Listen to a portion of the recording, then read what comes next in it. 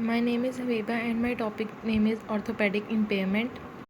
Now, what is orthopedic impairment? A severe orthopedic impairment that adversely affects a child's developmental or educational performance is orthopedic impairment. It's like when people think of a physical disability, they think of one that makes it difficult for someone to perform a physical task. This may include walking or picking up an object, eating or speaking. And this is true, however, there is more to it. When someone's, namely a child's, physical disability is such that it hurts their ability to learn and thus negatively impacts their education, this is called an orthopedic impairment. Now, topics we are going to discuss in this video: types, causes, symptoms, treatments. Types of orthopedic impairment. Neuromotor impairments. A neuromotor impairment is an abnormality of or damage to the brain, spinal cord, or nervous system that sends impulses to the muscles of the body.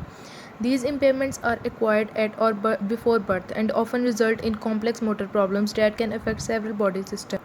It's like our brain is like a computer and it uses USB codes which symbolize the spinal cord and peripheral nerves to communicate with external devices. The computer or the USB code is abnormally made or damaged for any reason, then you can agree that the external devices won't work very well. One real world consequences of this is the inability of a child with a neuromotor impairment to properly move one or more limbs of their body. One disorder that can lead to improper body movement is a condition known as cerebral palsy, where damage to the brain or improper development of the brain before or not long after birth causes problems with movement and posture.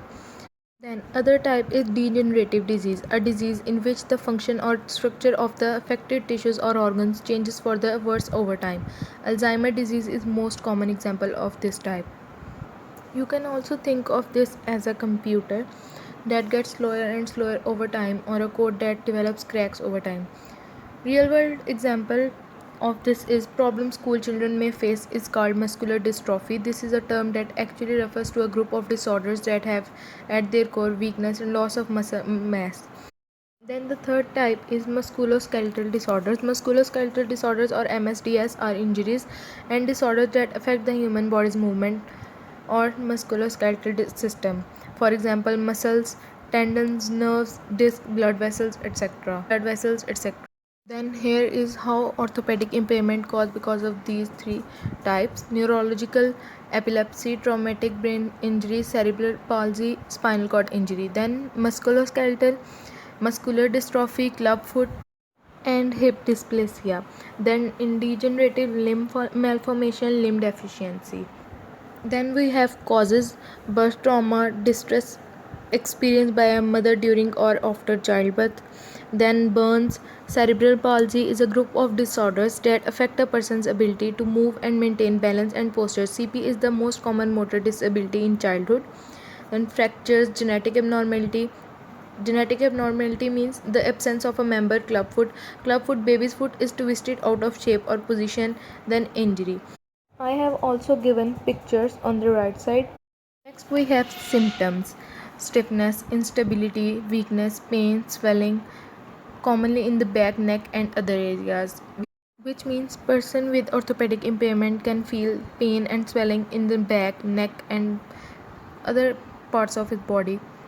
Next we have treatment: resolve the clinical symptoms, return to activity, general fitness, surgeries decrease the chance of injury. How can they help themselves? Physical therapy, control pain, tolerance for strengthening, assist patient in functional restoration, especially for gross motors, use of different exercises daily. These are some things they should do for themselves. Now, at the end, thank you so much for watching this video.